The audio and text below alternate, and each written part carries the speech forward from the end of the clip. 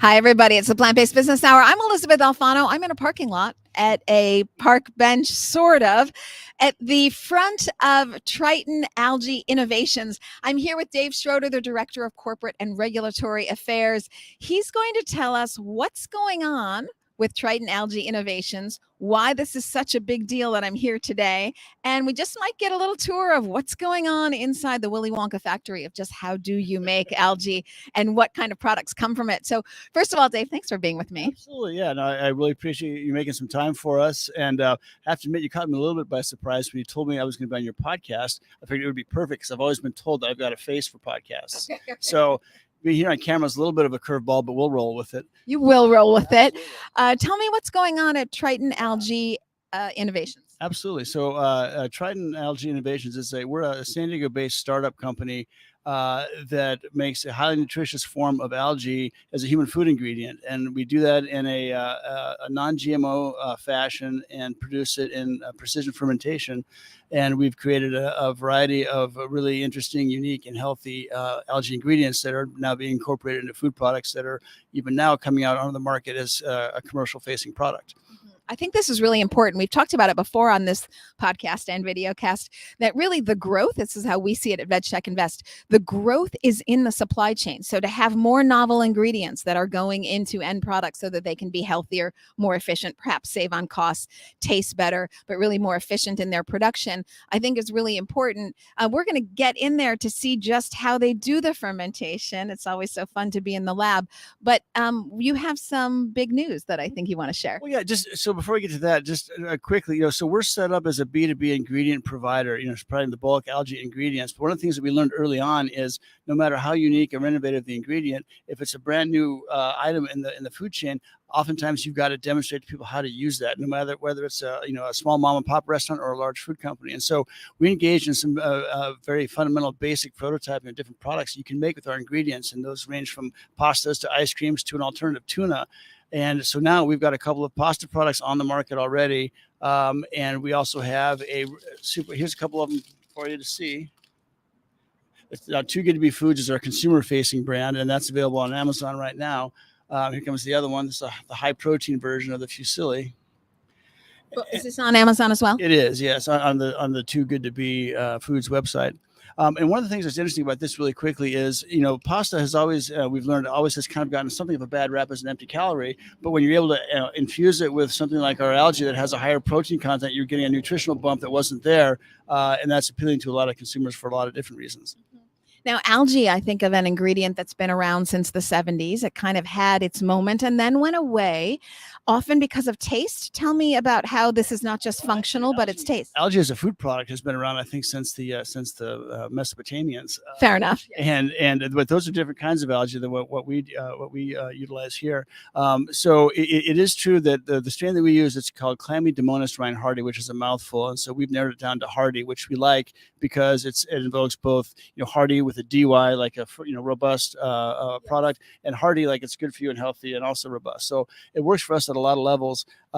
And it has not been in the food chain previously. So we knew fundamentally that it was safe to eat. It had been around and tested as a lab organism for decades, very well understood, but again, had never been in the food chain before. So we had to undertake a very robust series of safety studies to develop the baseline data to underpin a finding of safety that we could then turn into a GRAS finding, which is generally recognized as safe. You have to do all the regulatory work to make sure it is safe to consume, so people have certainty about the new product. And so we've done that with each of the strains that we've rolled out. And as I mentioned before, we've now incorporated these into a number of food products that, while algae may be unusual to some people, once you see it in a pasta or in the case of the dumpling you're going to see later, people realize, oh, I get it. This is something I'm used to eating, and it makes it better for me. So the light bulb flashes on at that point, and you get that increased consumer acceptance, which is very important for the stage we're in now. So I want to go back to something that you said about a unique algae. I think your algae is red. Is this correct? Yeah. Well, so let me just riff on that just for a second. So our R&D team here, led by Dr. Miller Tran, who's our vice president for R&D, they are able to produce these algae in a non-GMO manner by evolution and breeding, which is think about it as the way tomatoes and corn have evolved over time. The example I like to use best is most people have heard of teosinte, which is the original version of corn. And if you look back to the times of the ancient Native Americans here, those stalks of corn were roughly the size of your thumb. And you compare that to the corn you go into buy at Whole Foods or Sprouts or Vons right now, it's completely robust and it's changed. But that's a result of breeding over hundreds and thousands of years, right? I just read the other day about this new avocado called Luna that's out that's supposed to be really fantastic. And it took about 50 years through standard plant breeding to be developed, and we'll see how it does as a commercial product. With these algae, the reproductive time for them is in hours, not weeks, months, and years. So once the strain is identified, our scientists are able to riddle through bunches of versions of it, thousands of versions of it, to identify which one is the most productive and able to be abundant in certain kinds of characteristics. We have one algae that is bred for elevated levels of a compound in the heme pathway that imparts those meat-like properties and nuances to our alternative pork and to our alternative seafood. We've got another strain. Yeah, you're going to try the dumplings later. We have another strain that produces in shades of yellow and orange, which we see great potential for dairy and egg replacements. And they're also high. We can breed them for high levels of lutein and zeaxanthin, which is fundamental for eye health. And that's an existing market through harvesting by a traditional plant. And so we see that as an opportunity where there's the ability for commercial inroads. So it's a very ubiquitous and very multi-purpose algae, and we're able to, again, using non-GMO methods, able to breed and evolve it for specific commercial outcomes and applications. Yeah, this is what's so interesting to me. We talked about efficiency in the marketplace, and then also you're talking about applications, so functionality. So you can see where this would solve a lot of problems in food tech. And when you're talking about making large quantities of food in hours, what would have otherwise taken, at least for a cow, this would have taken years, but in breeding, in terms of the ability to produce, the basic ingredient, and then what you do with it, in the end application, that's up to the commercial partner or entity that you're engaged with, right? So, but there's an efficiency and there's a sustainability factor that's important as well. When a lot of people think about algae, and if you get past the idea of what grows in your neighbor's bird bath, people envision these giant, large ponds that you saw back in the earlier part of the century when biofuels was the watchword, and those productions, the production of those kinds of algae, which are mostly spirulina and chlorella, those are fine. But there's different challenges that come with outdoor production, and you're contingent on the weather and sunlight and all kinds of other factors. You need a lot of land, and you need a lot of arable water, right? Or I'm sorry, arable land and fresh water.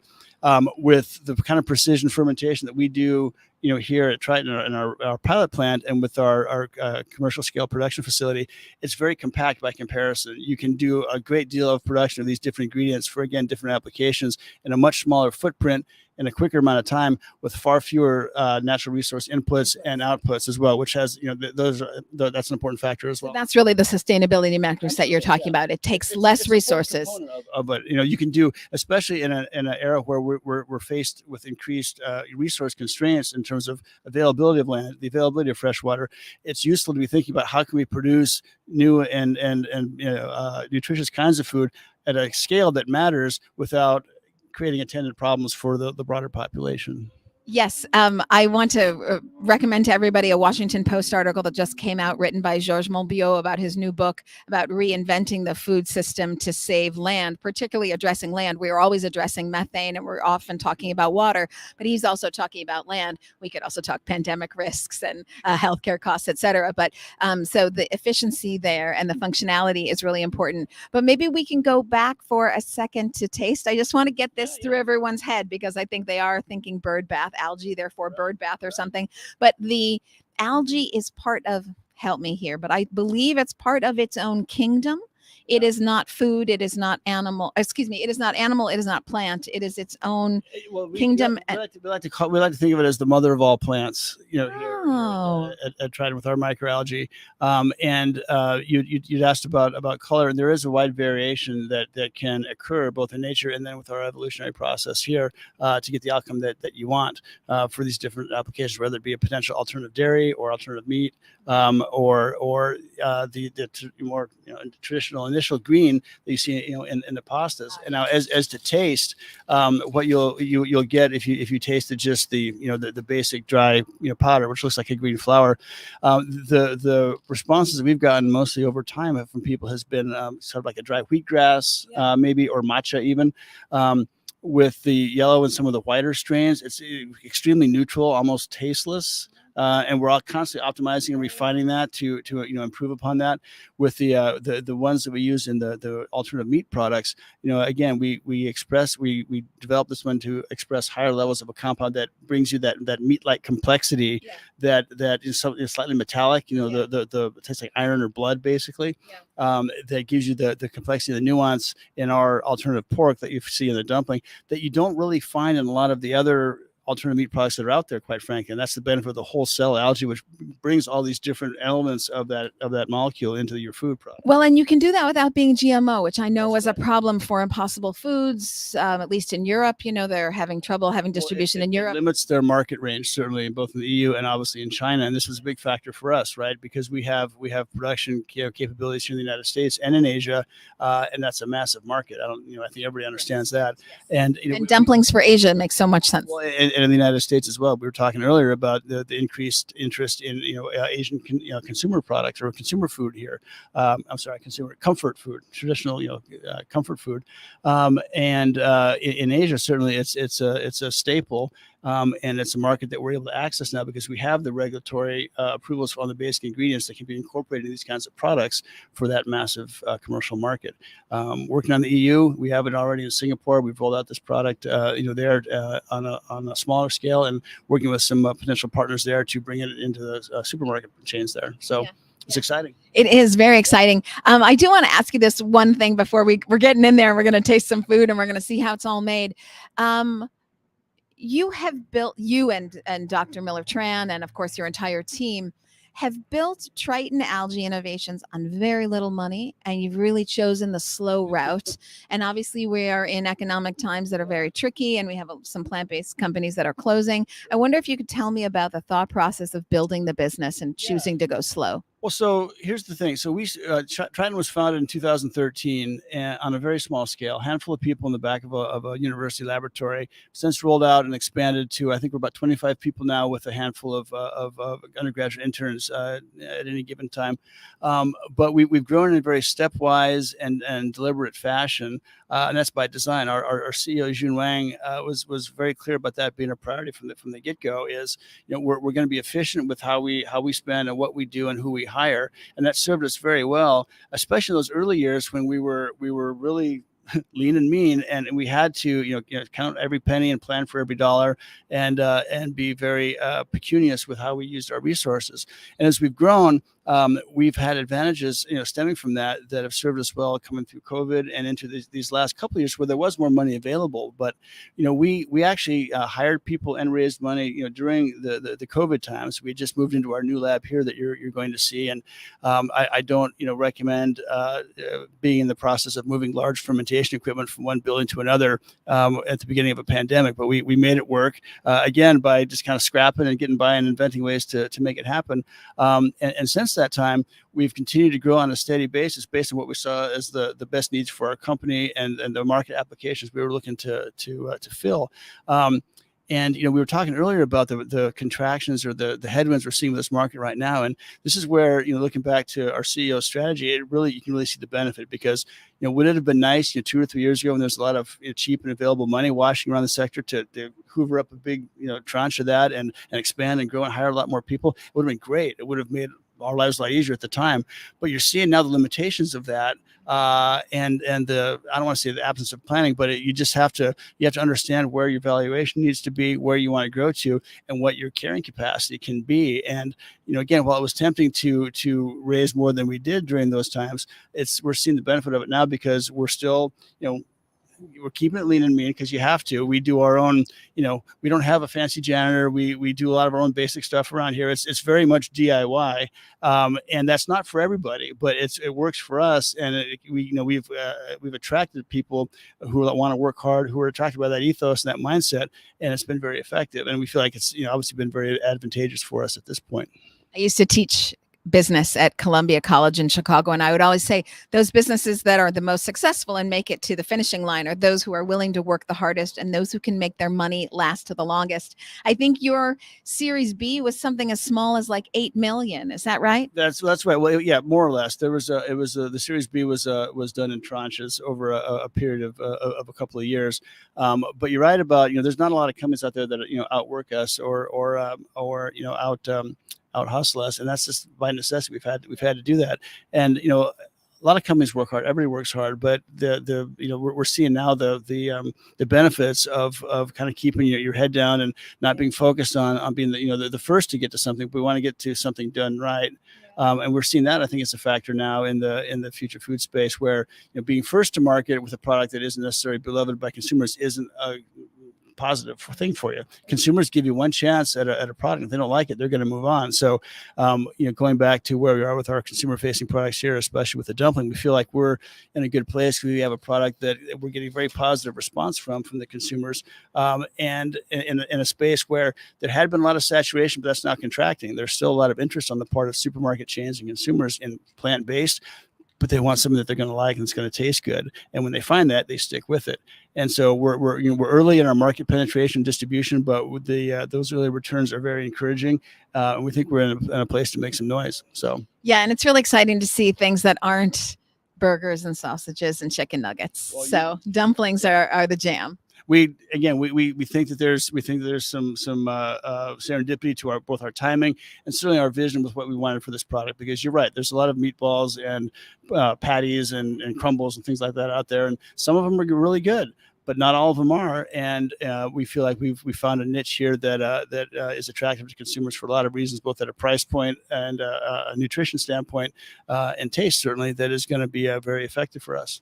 Well, let's go see the lab so that we can actually get to the taste test. Right. So I'm going to turn the camera just for the fun of it, everyone. From here on out, it's a little bit of a circus as we move our cameras, but I just turn the camera here. You see R&D, Dr. Miller-Tran there. He really is the method behind a lot of the madness. I'm going to hand over my camera to him, and he can help us as we go through. Here we're going. We're entering the doors now of Triton Algae Innovations. Come along with us as we go backwards into, thanks, Dr. Tran. This is great. Come along with us as we go backwards into the lab of Triton Algae AI. And thanks for being patient, because the lighting here is not camera ready. So I appreciate it, everybody. Okay, so where are we now? Well, we're coming into the actual laboratory where, if you look around, it looks like very much a traditional biotech kind of research facility. Okay. Do I need glasses? As a matter of fact, that's a good idea. Safety first here at Triton. Okay. Hopefully. Should you carry the mic? That might be best. Yeah, let's do that. Okay.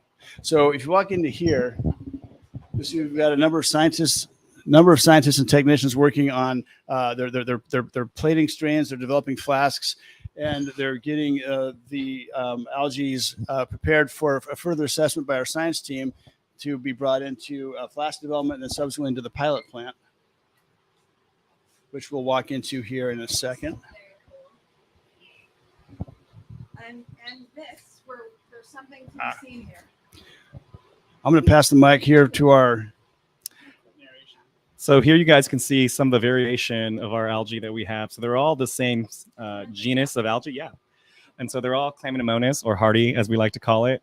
But what you see here is they've been enriched for various compounds that naturally exist in them. And so that can be all the way from the heme pathway compounds that Dave talked about to the lutein zeaxanthin to strains that are completely white but still nutritious, where you just want the protein but not necessarily a color characteristic to come along with it. So it seems like I'm not seeing anything in the Petri dish. Does that make any sense? Oh, so this color is enough algae to... That's the starter culture. So when we do our strain development, you can work on a very small scale. So unlike traditional agriculture, where you've got acres and acres of corn, let's just say, you can do all the experiments within a Petri dish or a little small well. And that's what allows us to look at millions of variants on a daily basis. Okay, cool. It doesn't look like very much. It's not very much. This is where it starts. And from this little plate, believe it or not, within a few weeks, you can go from this plate to millions of liters of fermentation. Say it again. From this little plate right over here, you see those little petri dishes, you can go to Millions of liters of fermentation, which is what we do with our partners right now. That is awesome. Okay, we're going back to the very tall Dr. I'm not a doctor. I'm just playing one on a podcast. Okay. So coming into here, we're going to see, I think the next step. This is going to the flask scale, where those little strains that you saw in those dishes. This is kind of cool. You can see what they've been grown up into to a size where they can be further assessed by our team for their contents and the molecular structure and that sort of thing. Why are they shaking? So they're shaking. So the reason we shake them is when you grow cells in fermentation or in a flask, they require air. And so that air, by shaking, is distributed more evenly throughout the culture. So you can see here the different varieties. This one here is practical for applications in the alternative meats and seafoods that we talked about a minute ago. Over here, you can see this one has potential applications, we think, in the dairy and egg alternative space, and then the high protein white version here, which is more neutral color and appearance, which can be easily assimilated into any number of potential consumer products. It looks foamy a little bit, like it's getting foamy. Yeah. So you can imagine that one of the areas that Triton is going into right now is we looked at the alternative milk space and we said, although things look like milk, they're not nutritious like milk. So we are developing algae that can be a drop-in replacement for cow's milk. And so we're talking about things with the lipid profile, things with the nutrients that you would expect from a traditional milk, things that foam like milk would when you use them for a cappuccino. So these are all characteristics, both nutritional and functional, that we look at with our algae. Yeah, that's so cool. I have a quick question for you. I'd love to see plant milks have better nutritional profiles. Do you think that's going to happen with algae? Could algae help the nutritional profile of milk? Absolutely, and it already does. And so if you think about, there's a milk brand out there that has DHA added to it. That DHA actually comes from an algae that DSM, a very large ingredient company, that they ferment today. And so they take that DHA and they add it into Horizon milk, basically, for kids and their nutrition. And so it's already happening. And that's just the tip of the iceberg for what algae can do in milk. That's cool. That's cool. Would it lower sugar? Absolutely. And so, with a lot of the sugars, the reason why some of these plant-based milks are so high in sugar is they take the starches from, say, oats, and they convert them in the process of making the plant-based milk to have a lot of sugars. And so, we have some starches ourselves, but we don't have nearly the amount of starch that, say, an oat has. Yeah, it's amazing. Okay, this is why we said, people, the values in the supply chain to make things like pasta and milk more nutritious, as well as be an animal replacement. Okay, so here we go. We're moving. We're on the move. Liberty's on the move. The mother of all rooms. So we've got some hardcore stuff going on here. It's awesome. So look at this room. Tell me, what am I looking at? Okay, so this is our pilot production plant. And what you're seeing over here, these large fermenters are 150-liter fermenters. There's 4 of those. And over on the other side, there are smaller 15-liter fermenters. And then here, these are 18 benchtop fermenters, all of which are different levels of scale for taking the flasks that you saw earlier and growing them up into a larger volume that can be then extracted from the fermentation devices you see here, and then spun down and dried in our centrifuge that you see into a very fine flour-like substance that I think you saw earlier on the product containers. So what happens in this facility? That is the spray dryer. So that's where the raw algae that comes out of the fermentation process and kind of a paste is placed here into the spray dryer, and then dried into, again, a fine, looks like a flour in whatever color it might be. And where's the centrifuge? Sorry, tell me. There we go. Sorry. Yeah. Spray dryer, centrifuge, yeah. Okay. Wow. And so how much can you produce out of this facility? We can make hundreds of kgs of product here in this facility, which is very useful for, like Miller mentioned before, regulatory work, or samples for commercial partners. And I feel very spoiled actually, because early on in our tenure at Triton, when we were just working at a bench scale, I was happy to have 20, 30, maybe 50 grams of an actual algae for use as a commercial sample for a potential collaborator, or for regulatory purposes and safety work, that kind of thing. Now we can do hundreds of kgs here, and it's really, really efficient. And then again, with our commercial production partners, we have commercial level scale where you can produce hundreds of metric tons a year, both in the States and in Asia. And this is a little bit of a basic question, but where does the precision fermentation happen exactly? Like, I understand all of the mechanics, but where does it happen? So our red strain is a perfect example of that. When you have compounds that are in the heme pathway, you don't want other things that aren't meat-like to be present in that algae. And so what you do is you do a lot of precision fermentation development work so that you enrich for those specific compounds. That's where the precision really comes in, so that obviously we have to produce it at a scale and that is economically viable. And then in addition to that, we want the composition to be exactly what we want for our food applications. Wonderful. Okay, great. And where do we go next? I think we're going to make our way over to the food lab. Good. Wow, I just want to show like these machines. So it's really long. Yeah, whole lot of stainless steel going on here.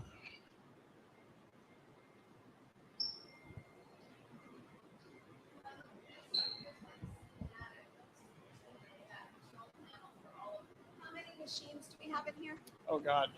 Well, let's see. We've got 450 liters, 415s, and 18 of the benchtop fermenters here to my left of these guys here. So there's a whole lot of capability here. So about 22. Keep our audio. Okay. Fermenters. Yeah. 22 fermenters. Okay. It's a lot of fermenters. Oh, we're stuck. There we go. Got caught on some machinery. Okay. This is great. Going backwards, and wonderful. We're walking. I know that movie. Okay. And why does this? Oh, it's the same thing. There's lots of shaking going on. Why does that shake? Same reason. Yeah, they have to stay agitated and have oxygen. They have to be agitated and have oxygen circulating in order to remain viable and grow, basically. Same reason. Yep. Okay.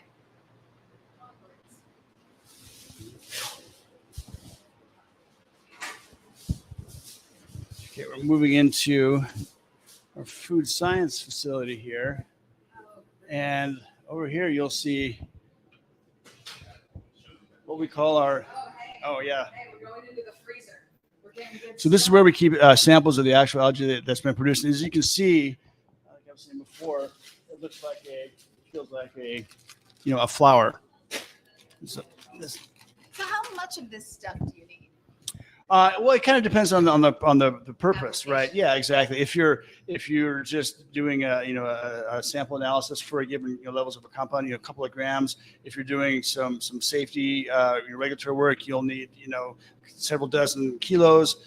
If you're talking about a corporate or commercial partnership, you need hundreds of kilos. So that way you can actually provide enough volume and scale so a company could make a whole bunch of different pilot or beta level products to see what works and what doesn't for their potential applications. Again, it's a far cry from the 5 grams at a time that we came from. Yeah. So It's wonderful. Okay, let's taste. Let's eat. okay.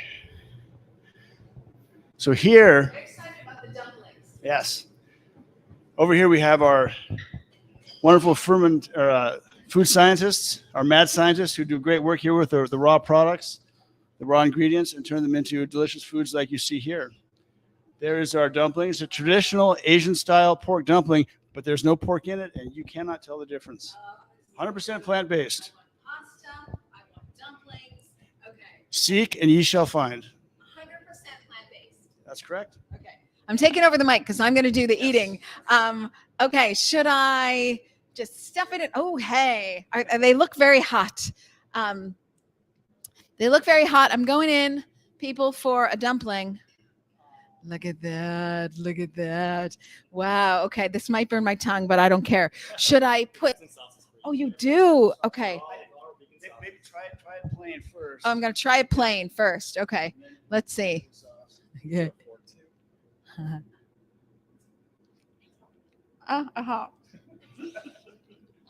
Now look at that. Doesn't look like pork. See that? And that's the subtle red. Oh my gosh. Oh my gosh. Oh my gosh. I would never think that this isn't meat. Mm. Mm. Mm-hmm. Mm. Tastes just like pork. I'll just take a minute here to let your readership and viewership know that this week, next week, actually, Sunday through Tuesday, we are going to be, we'll have a booth at the Western Hospitality or Food Service and Hospitality Expo up in Anaheim, where we'll be sampling these dumplings. So I think a lot of you folks out there are going to be at that event. Maybe come by and check us out and try some dumplings, please. Oh my gosh, it's so good. Who has this? How can people buy it? Let's go on to pasta. Right now, One more dumpling, but okay. Okay, I'm moving on for sauces. So right now the dumplings are available frozen through gtfoitsvegan.com. So you can order those online. Right now here in San Diego, they're available at the San Diego Vegan Market. And as we mentioned before, our VP of Sales, Amy Kushner, is in the process of building out a really robust distribution network. We've had very positive feedback from those entities up to this time as well. And so we think by September, we'll be able to brag to you about a number of supermarket chains that you would recognize that are going to be carrying these products. Yeah. Your lips to God's ears. We're working on it right now. So, and I think you mentioned before, the pasta products are currently available on Amazon via through our Too Good to Be Foods website.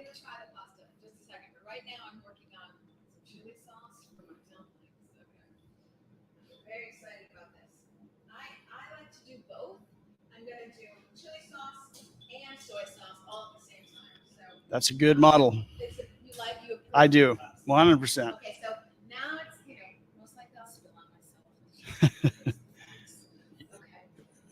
Is the chili super spicy? It's not too bad, actually.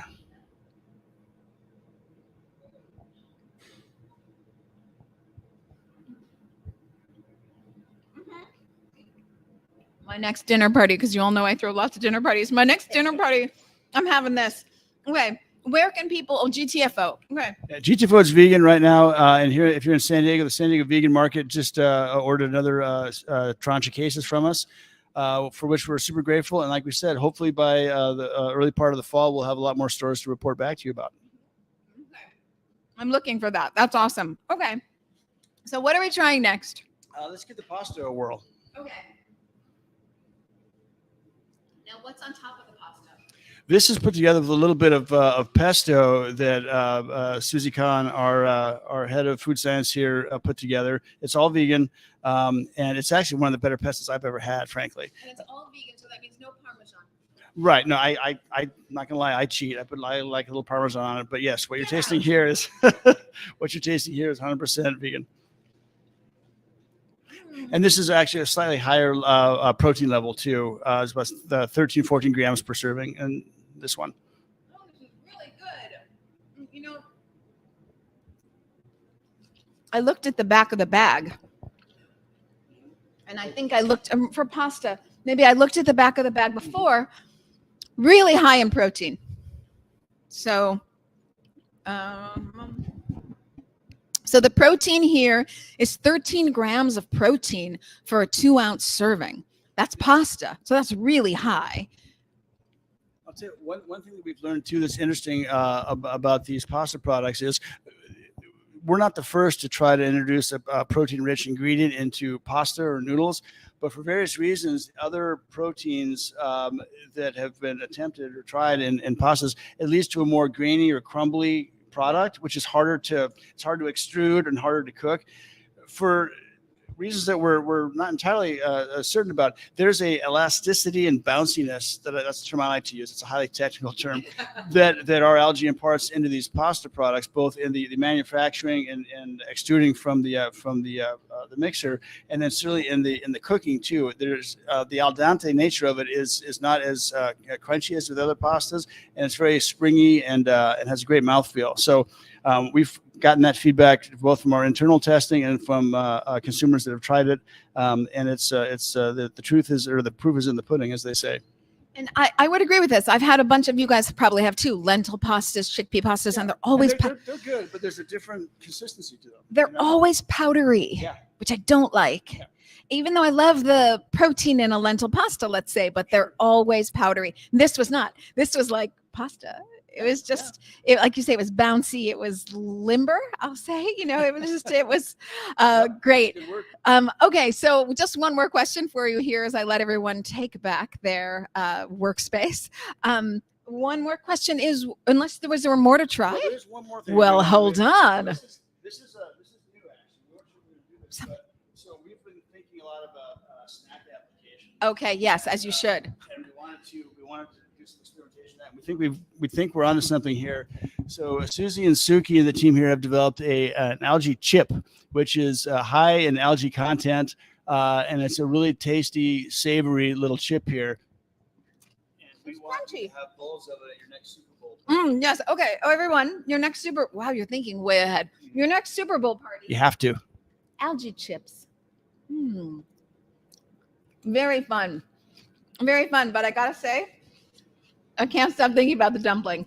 And I'm super surprised by the pasta. Because I've never had a pasta, honestly, that was good, that wasn't actually a pasta, or that had some alteration. So this has debunked that. And now this is a really good pasta with high protein, great algae from Triton Algae Innovations. We appreciate that. Thank you very much. Okay, one last question here as we wrap up and let everyone get back to work is, where do you think the market's going? Well, I guess I would say that the rumors of its demise are greatly exaggerated. It's a rough patch right now for sure, and we talked a little bit about those headwinds from before. But I think companies are largely resilient. There's going to be some stub toes and maybe worse here and there, but for us, we think we're in a really good place based on how we've planned for our spend, for our commercial development, and with our business development as well. So we feel like we're in a spot to be very competitive with the products that we've developed here and are now pushing into the commercial market space. And we're heartened by the consumer response so far, and we think we're going to do some fun stuff here. Okay, so the brand is Too Good to Be. Let me grab the bag again. You want to get your hands on this. Too Good to Be. Let's get the logo right up there. Too Good to Be. Pork dumplings, also high protein pasta and chips. And I would agree, the values in the supply chain, the companies that can really increase nutritional value, add dollar savings, and have more efficiency in terms of your sustainability input or your footprint, and also just saving on costs. Ultimately, we have to feed more people more nutritiously, using fewer resources in a shorter amount of time while creating less damage.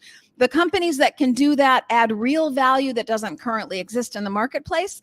And those are the companies that, if they hold on to their pennies, make it to the finish line. So I want to say how fun it's been to be here at Triton Algae Innovations, and how much I'm grateful to everybody, including Dave Schroeder for taking me through the plans, and Dr. Tran Miller for doing all the great work that he does. One last question to you, sir. When you're running around and you're super busy, what is your favorite snack? Well, I think you just tried it, right? Everybody, it's been so fun. It's summer, right? So I'm on the road doing my plant-based business hour live from Triton Algae Innovations in San Diego on the road. I will see everybody next Tuesday. And until then, thank you for all you do. Bye, everybody. Bye. Yeah.